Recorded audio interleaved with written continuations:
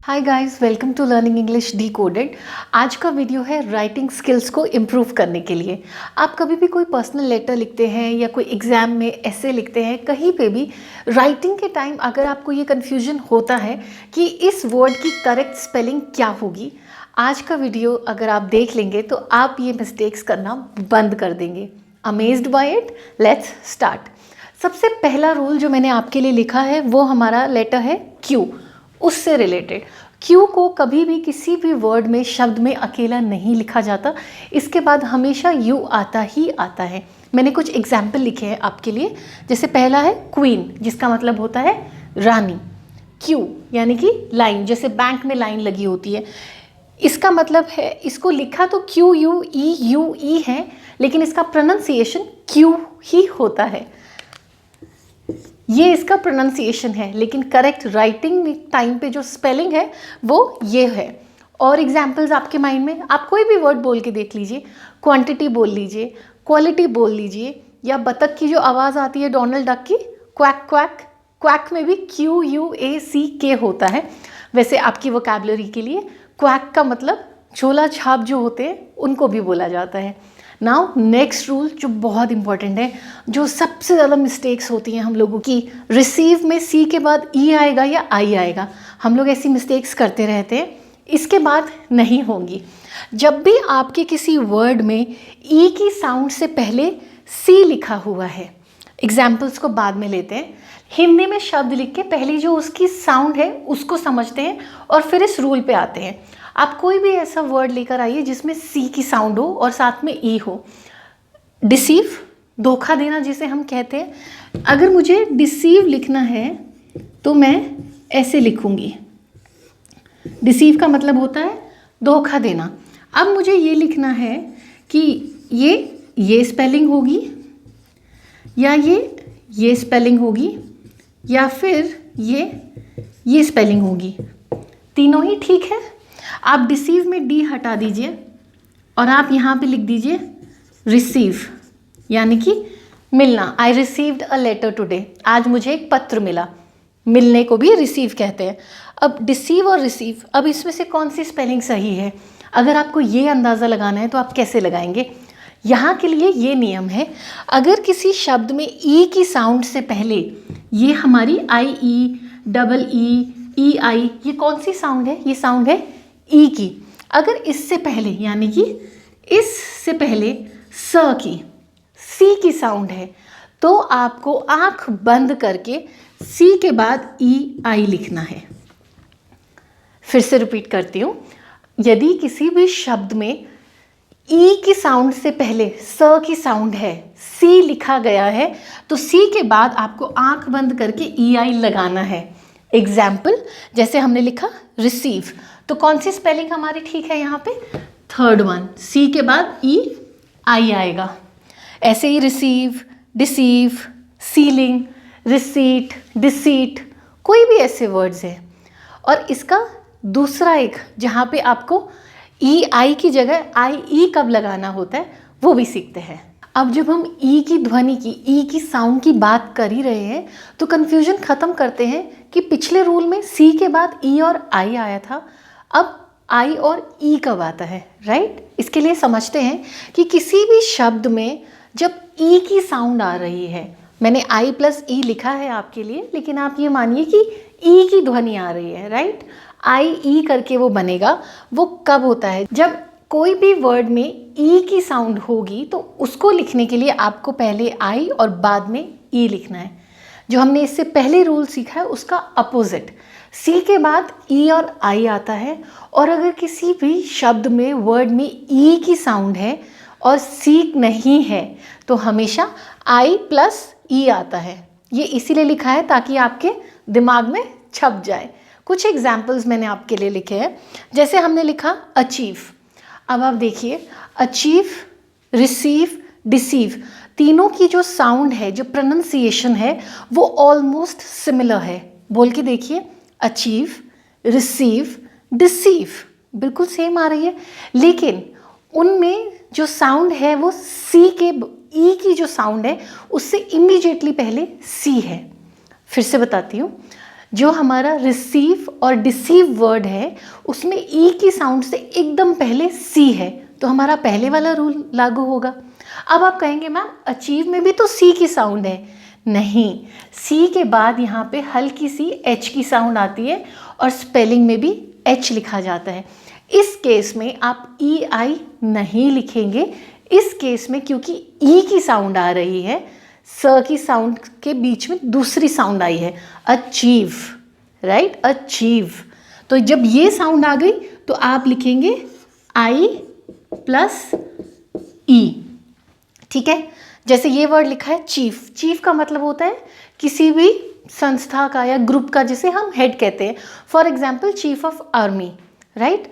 यहाँ पर ई की साउंड आ रही है, चीफ, च ई फ।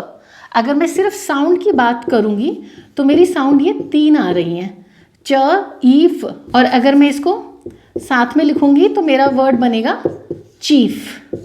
ई की साउंड आ गई। अब ई की साउंड आ गई तो हमने क्या सीखा, ई की साउंड के लिए आई के बाद ई आता है, ना कि ई के बाद आई। और एग्जाम्पल लेते हैं, बिलीफ।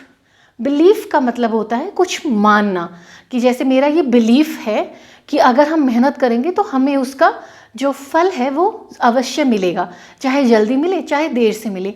तो ये आपकी एक मान हो गई, आपकी एक सॉर्ट ऑफ धारणा बन गई आपके मन में, राइट। नेक्स्ट वर्ड है बिलीव। बिलीव का मतलब होता है कि जैसे हम बोलते हैं ना कि डू यू बिलीव मी, क्या आपको मेरा विश्वास है। तो ये जो वर्ड है इसका मतलब होता है विश्वास, और ये जो वर्ड है इसका मतलब होता है धारणा। जनरली अगर कोई मॉरली करेक्ट हो चीज़ें या रिलीजियस तरीके से रिलेटेड हो, वो सही है या गलत है, उसमें जो आपकी धारणा बनती है उसके लिए आप बिलीफ का इस्तेमाल करते हैं।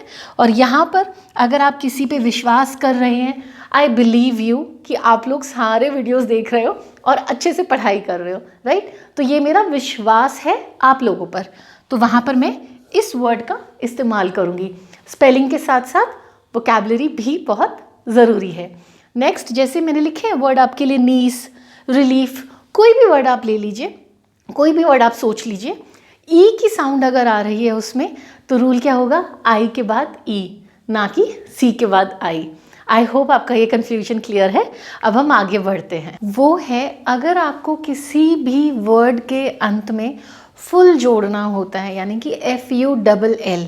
जैसे आपने लिखा कोई बहुत ही चेयरफुल मिजाज के हैं, यानी कि खुशनुमा मिजाज के हैं, तो मुझे क्या करना होगा, वर्ड होता है चेयर और मुझे चेयरफुल बनाना है। तो हम, क्योंकि हमारी नेटिव लैंग्वेज इंग्लिश नहीं है, तो हम क्या करेंगे, हम इसके आगे फुल लगा देंगे। पर क्या ये सही है?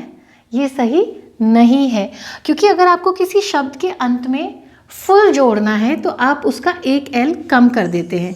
ये है आपकी करेक्ट स्पेलिंग। अगर आपने इसके पीछे FULL लिखा है तो वो हो जाएगी incorrect spelling and you will lose marks. और एग्जाम्पल से समझते हैं। मान लीजिए बहुत ही पीसफुल जगह है, आप कहीं घूमने गए या आप मेडिटेशन कर रहे हैं और आप बहुत ही पीसफुल महसूस कर रहे हैं, यानी कि बहुत ही शांति से भरा हुआ महसूस कर रहे हैं अपने आप को। तो उस केस में हम क्या करेंगे, हमने क्या सीखा, अगर हमें किसी शब्द के अंत में फुल जोड़ना है तो हम फुल के L में से एक L रखेंगे, दूसरा हटा देंगे, राइट। आपको पढ़ाई करनी है, इसीलिए आपको अपने टाइम को बहुत ही केयरफुल तरीके से इस्तेमाल करना होगा ताकि आप पूरा सिलेबस कवर कर लें।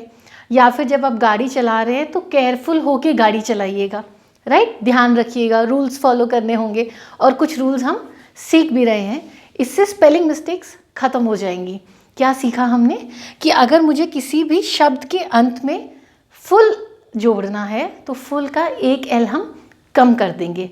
इसी का एक और रूल है जो आपके लिए बहुत ज़रूरी है जानना, वो सीखते हैं। हमने सीखा कि अगर हमें किसी शब्द के अंत में फुल ऐड करना है तो एक L कम हो जाएगा। उसी का एक एक्सटेंडेड रूल है, यदि किसी शब्द के एंड में आपको फुल जोड़ना है लेकिन उस शब्द का जो अंतिम वर्ण है, लास्ट लेटर है, वो Y है, तो Y क्या हो जाता है आपका, I बन जाता है। Y becomes I। कैसे? एग्जाम्पल, हमने कहा सॉन्ग है ना, लड़की ब्यूटीफुल, सो ब्यूटी, ब्यूटी क्या है, कैसे लिखते हैं हम? BEAUTY, ब्यूटी, खूबसूरती, ब्यूटीफुल, खूबसूरत, राइट। अब अगर इसमें मुझे सबसे पहले तो ब्यूटीफुल बनाना है, इसका मतलब मुझे फुल जोड़ना है। तो मेरा इससे पहला रूल क्या था कि अगर मुझे किसी शब्द के अंत में फुल जोड़ना है तो मैं फुल का एक एल कम कर दूंगी। अच्छा जी, हमने ये बना दिया। क्या ये मेरी सही स्पेलिंग है? ये मेरी सही स्पेलिंग नहीं है। क्यों? क्योंकि ये जो मेरा वर्ड है इसके एंड में है वाई, और वाई को मुझे चेंज करना होगा और बनाना होगा आई। इसका मतलब मेरी सही स्पेलिंग बनेगी BUITIFUL। अब हो गई लड़की ब्यूटीफुल, ठीक है। और कोई example? Beautiful, same DUTY plus FULL, एक एल कम हो जाएगा, वाई का जो है आई बन जाएगा। तो स्पेलिंग क्या बन जाएगी मेरी? Duty full. आई होप आपको इनके लॉजिक समझ में आ गए होंगे। बिकॉज इंग्लिश नेटिव लैंग्वेज नहीं है, हमें कुछ रूल्स जो हैं वो समझने पड़ते हैं। आज के इस वीडियो में ये 5 रूल हैं जो मैंने आपके साथ शेयर करे हैं। काफ़ी और रूल्स भी हैं। धीरे धीरे पार्ट्स ऑफ स्पीच और बाकी सब के साथ साथ में बीच बीच में मैं आपको ये टिप्स एंड ट्रिक्स भी शेयर करती रहूँगी। मेरे साथ बने रहिए। Thank you.